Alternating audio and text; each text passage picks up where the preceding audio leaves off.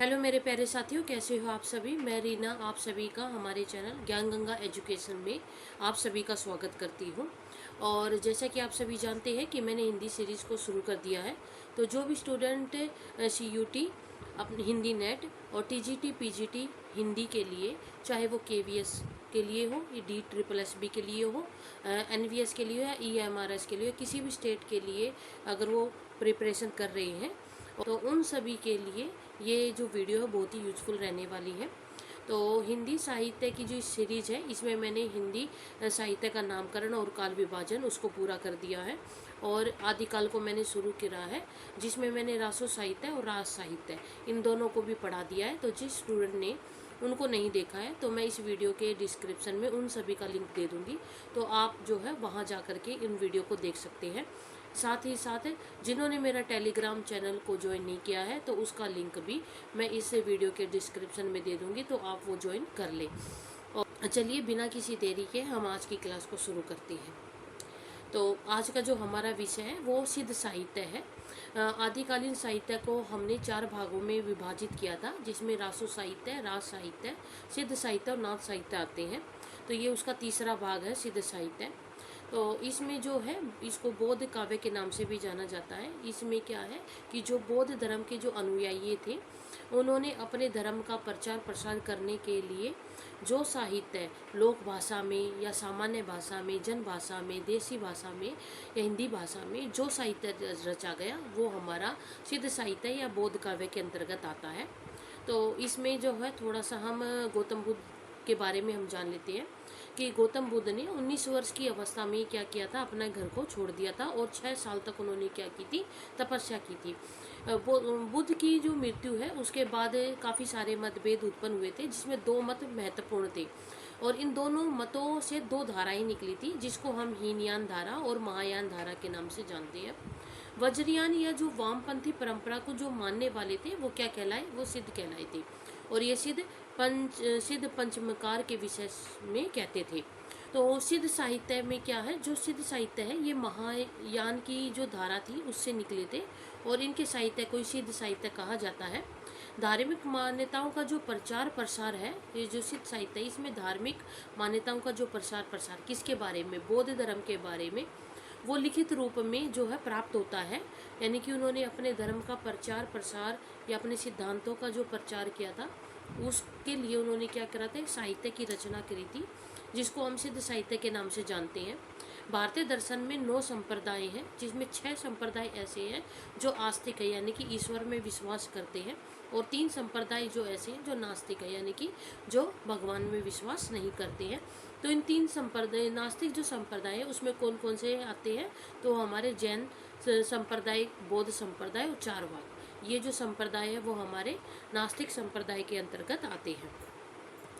उसके बाद अगर हम देखें तो हिंदी साहित्य की जो प्रमुख विशेषताएं हैं वो कौन कौन सी होती है, तो जो सिद्ध साहित्य है उन्होंने बौद्ध धर्म का प्रचार प्रसार करने के लिए जो साहित्य रचा था उसमें कौन कौन सी विशेषताएं हमें देखने को मिलती हैं, हम उनको जान लेते हैं। कि जो सिद्ध साहित्य थे, यानी कि जो सिद्ध कवि थे, जो नाथ बौद्ध कवि थे, उन्होंने क्या करा था, बाह्य कर्म कांडों का खंडन किया था। यानी कि जो पूजा पाठ है या हवन वगैरह है, इन सब का उन्होंने क्या करा था, खंडन किया था। जाति प्रथा और वर्ण व्यवस्था का भी उन्होंने विरोध करा। वे जाति प्रथा, वर्ण व्यवस्था इनमें विश्वास नहीं रखते थे, उनका इन्होंने विरोध करा, खंडन करा है। और जो ये जो कवि रहे थे उन्होंने शिव शक्ति की जो युगल उपासना है वो भी की है, यानी कि शिव और शक्ति को एक मानते हुए उनकी आराधना की, उपासना की। साथ ही साथ ये जो सिद्ध साहित्य के जो कवि थे उन्होंने क्या किया था, साधना, तंत्र साधना पद्धति पर अधिक बल दिया है। और इनमें जितनी भी प्रमुख रचनाएं रही थी उनको हम 3 श्रेणियों में देख सकते हैं। तो पहली जो श्रेणी आती है इसके अंतर्गत जो रचनाएं हैं उसमें आचार और नीति संबंधी जो रचनाएं हैं वो इसके अंतर्गत आती हैं। उसके बाद उपदेश परक जो साहित्य, यानी कि जिस रचनाओं में उन्होंने उपदेश दिए हैं तो वो उपदेश परक साहित्य की श्रेणी के अंतर्गत आती है। उसके बाद साधना संबंधी और रहस्यवादी जो रचनाएं रची गई वो इसके अंतर्गत आएगी। तो इस प्रकार से सिद्ध साहित्य की जो भी रचनाएं प्रमुख रही थी उनको 3 श्रेणियों में विभक्त किया गया है। उसके बाद अगर हम देखें तो अगला आता है कि जो सिद्ध साहित्य के प्रमुख कवि कवि कौन है और उनकी रचनाएं क्या हैं, इनके बारे में हम जान लेते हैं। कि जो सरहपा है वो प्रथम कवि आ गए इसमें। तो इनका जन्म जो हुआ था वो 769 ईस्वी में हुआ था और इनकी कुल जो है 32 रचनाएं मानी गई हैं, जिसमें जो दोहा कोश है रचना है, ये दोहा कोश जो रचना, ये इनकी प्रमुख रचना मानी जाती है सरहपा की। और बौद्ध धर्म के सहज शाखा यानी कि कहें कि सिद्ध मार्ग के जो प्रवर्तक है वो भी माना जाता है। किसको माना जाता है? सरहपा को। सरहपा को बौद्ध धर्म के जो सहजयान शाखा है या सिद्ध मार्ग है उसके प्रवर्तक इनको जाना जाता है। इन्होंने सर्वप्रथम अपनी रचनाओं में चौपाई और दोहा शैली इसका जो है प्रयोग किया है। यानी कि जो साहित्य में प्राप्त होता है, हिंदी साहित्य में दोहा चौपाई शैली का सर्वप्रथम प्रयोग करने वाले जो कवि हैं वो सरहपा ही रहे हैं। उसके बाद खंडन काव्य शैली की रचनाएं भी मानी जाती है। इनकी जो रचनाएं है वो खंडन काव्य शैली की मानी गई है और राहुल साकेत्यन के द्वारा उनकी रचनाओं का सर्वप्रथम संपादन किया गया है। डॉक्टर वी भट्टाचार्य ने इनको बांग्ला भाषा का प्रथम कवि भी माना है। अगर हम हिंदी साहित्य का अगर आदि कवि कहें तो वो किसने कहा है? वो राहुल साकेत्य ने कहा है। हिंदी साहित्य का आदि कवि, हिंदी साहित्य का जो आदि कवि है वो राहुल साकेत्य ने माना है। किसको? सरहपा को। लेकिन जो बांग्ला भाषा का जो प्रथम कवि है वो किसने माना है? डॉक्टर वी भट्टाचार्य ने माना है। अब हम अगले कवि के बारे में अगर जाने तो वो कौन से हैं? वो है सबरपा, जिनका समय 780 ईस्वी माना गया है। और ये क्या थे? ये हमारे जो सरहपा थे उनके शिष्य माने जाते हैं। इनकी जो 3 रचनाएं हमें देखने को मिलती है, एक तो चार्यपाद, महामुद्रा, वज्र गीति और वज्र योगिनी साधना, ये जो 3 रचनाएं हैं हमें इनकी प्राप्त होती है। और इन्होंने जो अपनी रचनाएं हैं उसमें सांसारिक मोह माया का विरोध किया है और सहज जीवन यापन शैली पर अधिक बल दिया है। तो इस तरीके से अगर हम देखें तो जो सांसारिक मोह माया का खंडन अगर किसने किया है, किसने विरोध करा, तो वो हमारे सरहपा है। और साधारण जीवन शैली जीने के ऊपर इन्होंने क्या किया है? बल दिया है। अब जो अगले हमारे कवि आते हैं वो कौन आते हैं? वो है लुईपा। इनका जो समय है वो 773 ईस्वी स्वीकार किया गया है। ये किसके शिष्य माने जाते हैं? तो ये सबरपा के शिष्य माने जाते हैं। और जो ये सिद्ध है यानी कि राहुल साकेत्य ने जो सिद्धों की जो संख्या वो 84 मानी है। तो इन सिद्धों में सबसे ऊंचा जो स्थान है वो किसको प्राप्त है? वो लुईपा को प्राप्त है। सहज धर्म के प्रथम आचार्य भी इनको ही माना जाता है। और इन्होंने जो पद लिखे थे उनसे मंत्र मुग्ध होकर, उनसे प्रसन्न होकर जो उड़ीसा के जो राजा थे, कौन से? दारिपा, और उनके मंत्री थे डोम्बिपा, वो क्या हो गए? इनके शिष्य बन गए थे। और इनकी जो रचना है वो लुईपाद गीतिका के नाम से हमें प्राप्त होती है। अगले जो अगर हम देखें तो हमारे अगले जो कवि आएंगे वो कण्हपा है। इनका जो समय है वो 820 ईस्वी माना गया है। और इनकी जो रचनाएं हैं वो कौन कौन सी हैं? तो इनकी जो रचनाएं हैं वो कौन सी है? कण्हपाद गीतिका और चर्या च विनिश्चय, ये हमें 2 रचनाएं इनकी प्राप्त होती है। और राहुल साकेत्यन ने क्या कहा है कि राहुल साकेत्यन के अनुसार जो कण्हपा है वो पांडित्य और कवित्व में क्या है? बेजोड़ है। ये जो कहा गया है, जो कथन कहा गया है वो कण्हपा के विषय में किसने कहा है? राहुल साकेत्यन जी ने कहा है। अगले हमारे कवि आते हैं डोम्बिपा, जिनका जो समय है वो कौन सा है? 840 ईस्वी है। इनके जो ग्रंथ है वो कितने बताए गए हैं? तो 21 ग्रंथ बताए गए हैं, जिसमें से डोम्बी गीतिका और योगचर्या और अक्षर द्विकोपदेश, ये जो इनकी रचनाएं हैं ये मुख्य मानी गई है। मुख्य रचना ये हमें इसको देखने को मिलती है। अब हमारा आता है नाथ साहित्य।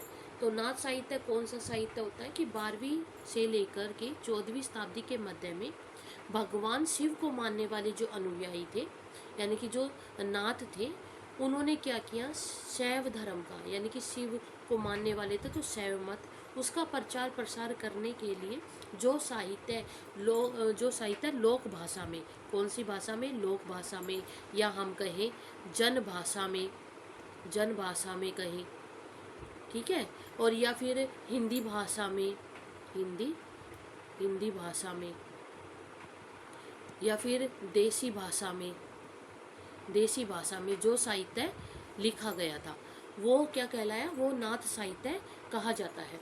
राहुल साकेतन के अनुसार जो सिद्ध साहित्य का जो विकसित रूप है वो क्या कहलाता है, वो नाथ साहित्य कहलाता है। और नाथ साहित्य का जो विकसित रूप वो क्या है, संत मत के नाम से क्या हो गया, फिर प्रसिद्ध हो गया। और नाथ साहित्य के अंतर्गत 9 नाथ जो है प्रमुख हैं। उसमें कौन कौन से हैं, आदिनाथ, मत्स्येंद्र नाथ, गोरखनाथ, चरपटनाथ, गाहिनीनाथ, ज्वालेंद्र नाथ, चौरंगी नाथ, भृतहरिनाथ और गोपीचंद नाथ। ये जो 9 नाथ हैं वो प्रसिद्ध हैं। इनके बाद अगर हम देखें तो नाथ साहित्य की विशेषताएं कौन कौन सी है, तो जो नाथ साहित्य है उसके जो कवि हैं, नाथ कवि जो हैं, उन्होंने क्या किया है, अपने साहित्य के अंतर्गत, अपनी रचनाओं के अंतर्गत नारी निंदा का क्या किया है, उल्लेख किया। उन्होंने नारी का क्या किया है, उनकी निंदा की है। गुरु और ज्ञान को अधिक महत्व दिया है। ये जो नाथ कवि थे वो गुरु को जो है सबसे ऊंचा स्थान देते हैं और ज्ञान को अधिक महत्व देते हैं। सांसारिक भोग विलास और मनोविकारों की क्या करते हैं, ये निंदा करते हैं। गृहस्थ धर्म के प्रति भी इन्होंने क्या किया है, गृहस्थ धर्म के प्रति अपनी रचनाओं में इन्होंने अनासक्ति का भाव प्रदर्शित किया है, दिखाया है। और हठ साधना पद्धति का इन्होंने प्रयोग किया है। हठ साधना में वज्र योग, जैसे कि जप योग, कुंडलनी योग, ये जो सब इसमें शामिल है। गुरु गोरखनाथ जो है उनकी जो रचना है सिद्ध सिद्धांत पद्धति, उसमें उन्होंने हठ शब्द का प्रयोग किया है। और जो ये हठ शब्द है वो 2 शब्दों से मिलकर बना है, किससे, ह से और ठ से। इन दो वर्णों से ये हठ शब्द मिला है, जिसमें ह का अर्थ क्या है का अर्थ है सूर्य, और ये ठ का अर्थ क्या है, ठ का अर्थ है चंद्रमा। तो इन्होंने ह का सूर्य से और ठ का चंद्रमा से अर्थ ग्रहण किया है। किसने, गुरु गोरखनाथ ने किया है। उसके बाद अगर हम देखें तो नाथ साहित्य की प्रमुख रचनाएं कौन कौन सी है, तो सबसे पहली जो प्रमुख रचना है वो कौन सी है, गुरु गोरखवाणी। गोरखवाणी जो ये रचना है ये किसके, गुरु गोरखनाथ की प्रमुख रचना है। और इसका जो प्रकाशन है वो साहित्य सम्मेलन पर, हिंदी साहित्य सम्मेलन प्रयाग के द्वारा इसका प्रकाशन किया गया था। और प्रकाशन वर्ष जो है डॉक्टर राम कुमार वर्मा के अनुसार तो 1942 स्वीकार किया गया है, और डॉक्टर बच्चन के अनुसार 1930 जो इसका प्रकाशन वर्ष वो स्वीकार किया गया है। डॉक्टर पीताम्बर दत्त बर्थवाल, क्या नाम है ये, डॉक्टर पीताम्बर दत्त बर्थवाल, इन्होंने सबसे पहले जो नाथ साहित्य है उनकी रचनाएं कितनी मानी है, 40 मानी है, जिसमें से 14 जो रचनाएं हैं उनको क्या माना है, प्रमाणिक माना है, उनको सही है। और सबसे जो प्रमाणिक रचना वो कौन सी मानी गई है, तो सबसे प्रमाणिक रचना शब्दी जो रचना है उसको सबसे प्रमाणित रचना स्वीकार किया गया है। उसके आगे अगर हम देखें तो दूसरी जो रचना हमें मिलती है वो कौन सी है, वो है मच्छेंद्र गोरख संवाद के नाम से हमें प्राप्त होती है। ये क्या है, ये एक प्रश्नोत्तर शैली की रचना है, जिसे और एक ही संवाद ग्रंथ है। इसमें क्या है, इसमें गुरु गोरखनाथ के द्वारा प्रश्न किए जाते हैं और गुरु मच्छेंद्र नाथ जो है उन प्रश्नों के उत्तर देता है। तो इस तरीके से ये प्रश्न पूछे जाते हैं और उत्तर दिए जाते हैं। तो ये क्या है, प्रश्नोत्तर शैली की रचना है जो एक संवाद ग्रंथ है। इस रचना को मच्छेंद्र गोरख बोध के नाम से भी जाना जाता है। तो कौन सी रचना को, मच्छेंद्र गोरख संवाद रचना को मच्छेंद्र गोरख बोध के नाम से भी जाना जाता है। अगले जो हमारे नाथ आते हैं वो आते हैं चौरंगी नाथ। ये क्या है, ये गोरख नाथ के शिष्य हैं और भक्तों में ये पूर्ण भगत के नाम से प्रसिद्ध है। किसके नाम से, पूर्ण भगत के नाम से ये प्रसिद्ध है। अब हमारी आती है रचनाएं आदिकालीन स्वतंत्र साहित्य। ये आदिकालीन स्वतंत्र साहित्य, ये रचनाएं कौन कौन सी हैं, तो हमारा जो हिंदी साहित्य का जो आदिकालीन साहित्य है उसको 4 भागों में बांटा था, रासो साहित्य, रास साहित्य, सिद्ध साहित्य और जैन साहित्य।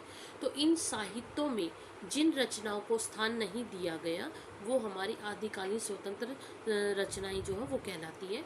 जैसे कि हम इसमें लिखा भी है कि आदिकाल में कुछ रचनाएं ऐसी भी प्राप्त होती हैं जिनको उपरोक्त साहित्य कौन सा, उपरोक्त साहित्य में कौन कौन से आ गए, रासो, रास, सिद्ध और नाथ, ये 4 हमारे साहित्य हैं, उसमें इनको क्या है, स्थान नहीं प्राप्त हुआ है। तो डॉक्टर नगेंद्र ने इन रचनाओं को क्या कहा है, आदिकालीन स्वतंत्र साहित्य के नाम से पुकारा है। ऐसी रचनाओं को डॉक्टर नगेंद्र ने आदिकालीन स्वतंत्र रचनाएं, साहित्य की रचनाएं स्वीकार किया। जबकि आचार्य रामचंद्र शुक्ल है, उन्होंने आदिकाल की फुटकल रचनाएं के नाम से इन रचनाओं को पुकारा है। इन्हें आदिकालीन लौकिक साहित्य के नाम से भी जाना जाता है। कौन सी रचनाओं को, जो आदिकालीन स्वतंत्र साहित्य की जो रचनाएं हैं, इनको आदिकालीन लौकिक साहित्य के नाम से भी जाना जाता है। आदिकालीन लौकिक साहित्य को पुनः दो भागों में बांटा गया। कौन कौन से, लौकिक पद्य साहित्य और लौकिक गद्य साहित्य, जिनके बारे में हम आगे विस्तार से पढ़ेंगे। लौकिक पद्य साहित्य, जिसमें सबसे प्रमुख जो रचना है वो कौन सी है, वो है ढोला मारूरा दोहा। ये कौन सी है, ये 11वीं शताब्दी की रचना मानी जाती है। किस, कौन सी शताब्दी की, 11वीं शताब्दी की जो रचना है मानी जाती है। इसके जो प्रथम कवि है वो कौन से, कवि कल्लोल माने जाते हैं, और इनका जो समय है वो 1473 ईस्वी स्वीकार किया गया है। और दूसरे जो हमारे कवि है वो कुशल लाभ है, जो 1561 ईस्वी की का इनका समय माना जाता है। इसमें क्या है कि हजारी प्रसाद द्विवेदी ने इस ढोला मारूरा दोहा के दोहों को हेमचंद्र और बिहारी के दोहों की बीच की कड़ी माना है। किसने माना है, आचार्य हजारी प्रसाद द्विवेदी जी ने माना है। इस रचना में आमेर के कछुआ वंश के राजकुमार कौन थे, ढोला, पुंगल बीकानेर की राजकुमारी मारवण और मालवा की राजकुमारी मालवणी की त्रिकोण प्रेम कथा का इसमें वर्णन किया गया है। किस किस का, ढोला, राजकुमार ढोला का, राजकुमारी मारवाण और राजकुमारी मालवणी, इन तीनों की प्रेम कथा का वर्णन इसमें किया गया है। ये जो रचना है वो दोहा शैली में रचित है, और ये क्या है, एक वियोग श्रृंगार रचना है, यानी कि इसमें वियोग श्रृंगार रस की प्रधानता देखने को मिलती है। अगली जो हमारी रचना है वो कौन सी है, बसंत विलास है। इसके कवि के बारे में हमें ज्ञात नहीं है, ये अज्ञात कवि। और 1992 ईस्वी में हाजी मोहम्मद स्मारक ग्रंथ में इसका क्या हुआ था, प्रकाशन हुआ था। 13वीं शताब्दी की ये जो रचना है वो मानी है, किसने मानी है, डॉक्टर माता प्रसाद गुप्त के अनुसार। डॉक्टर माता प्रसाद गुप्त के अनुसार जो बसंत विलास रचना है वो 13वीं शताब्दी की रचना मानी गई है। और इस रचना में बसंत, जो वर्षा ऋतु है, बसंत ऋतु है, उसका स्त्रियों पे जो प्रभाव पड़ता है उसका वर्णन जो है इस बसंत विलास के अंतर्गत हमें देखने को मिलता है। और इसमें इसके जो कुल दोहे वो कितने, 84 दोहों की एक रचना मानी जाती है। अब अगले जो हमारे कवि आते हैं वो कौन आते हैं, वो है विद्यापति। विद्यापति हमारे अगले कवि आते हैं। इनकी जो प्रमुख रचनाएं वो रही हैं वो कौन कौन सी रही है, कीर्तिलता, कीर्ति पताका और पदावली, ये इनकी जो है प्रमुख रचनाएं रही हैं। इस रचना में जो पदावली रचना है उसमें इन्होंने क्या क्या है, मैथिली भाषा का प्रयोग किया है। जबकि कीर्तिलता और कीर्ति पताका रचनाएं हैं उसमें विद्यापति ने अवहट भाषा का प्रयोग किया है। कीर्तिलता जो है उसका जो प्रकाशन रचना का जो समय है वो 1380 ईस्वी है। जबकि कीर्ति पताका और पदावली ये दो रचनाएं जो है 1403 ईस्वी की रचनाएं मानी जाती हैं। इस रचना, जो पदावली रचना है उसमें जयदेव कवि द्वारा रचित गीत गोविंद रचना की जो शैली है उसका प्रयोग जो है विद्यापति ने पदावली में किया है। यानी कि जयदेव ने अपनी रचना गीत गोविंद में जिस शैली का प्रयोग किया है उसी शैली का प्रयोग विद्यापति ने पदावली में किया है। विद्यापति को 16 प्रकार की उपाधियां दी गई हैं। और पदावली रचना में विद्यापति ने राधा कृष्ण की प्रेम कथाओं और रास लीलाओं का इन्होंने वर्णन किया है। विद्यापति एक ऐसे कवि हैं जिन्होंने अपनी रचनाओं में श्री कृष्ण को जो वर्ण विषय यानी कि वो काव्य का विषय इन्होंने बनाया है। ये पहले कवि माने जाते हैं। और कीर्तिलता में राजा कीर्ति सिंह की उदारता, दानशीलता और युद्ध वीरता का वर्णन किया है। किसने किया है, विद्यापति ने किया है। और गिरेसन के अनुसार जो विद्यापति है वो रहस्यवादी कवि माने जाते हैं। आज के लिए इतना ही। आपको ये जो मेरी वीडियो है वो कैसी लगी मुझे कमेंट करके ज़रूर बताना, और साथ ही साथ इस वीडियो को लाइक करना और ज़्यादा से ज़्यादा शेयर करना, ताकि जो भी स्टूडेंट अपनी तैयारी कर रहे हैं वो इन वीडियो के माध्यम से अपनी तैयारी को और भी बेहतर कर सकते हैं। साथ इस चैनल पर जो भी स्टूडेंट नए आए हैं वो इस चैनल को सब्सक्राइब करें और साथ ही साथ बेल आइकन को प्रेस करके ऑल का बटन को भी दबा लें, ताकि मैं जो भी नई वीडियो अपलोड करूँगी उसकी नोटिफिकेशन आप सभी तक पहुँच जाए। और साथ के साथ जिन लोगों ने मेरा टेलीग्राम चैनल ज्वाइन नहीं करा है, तो इस वीडियो के डिस्क्रिप्शन में मैं उसका लिंक दे दूँगी, तो आप वहाँ जा कर के उसको भी ज्वाइन कर सकते हैं। तब तक के लिए धन्यवाद।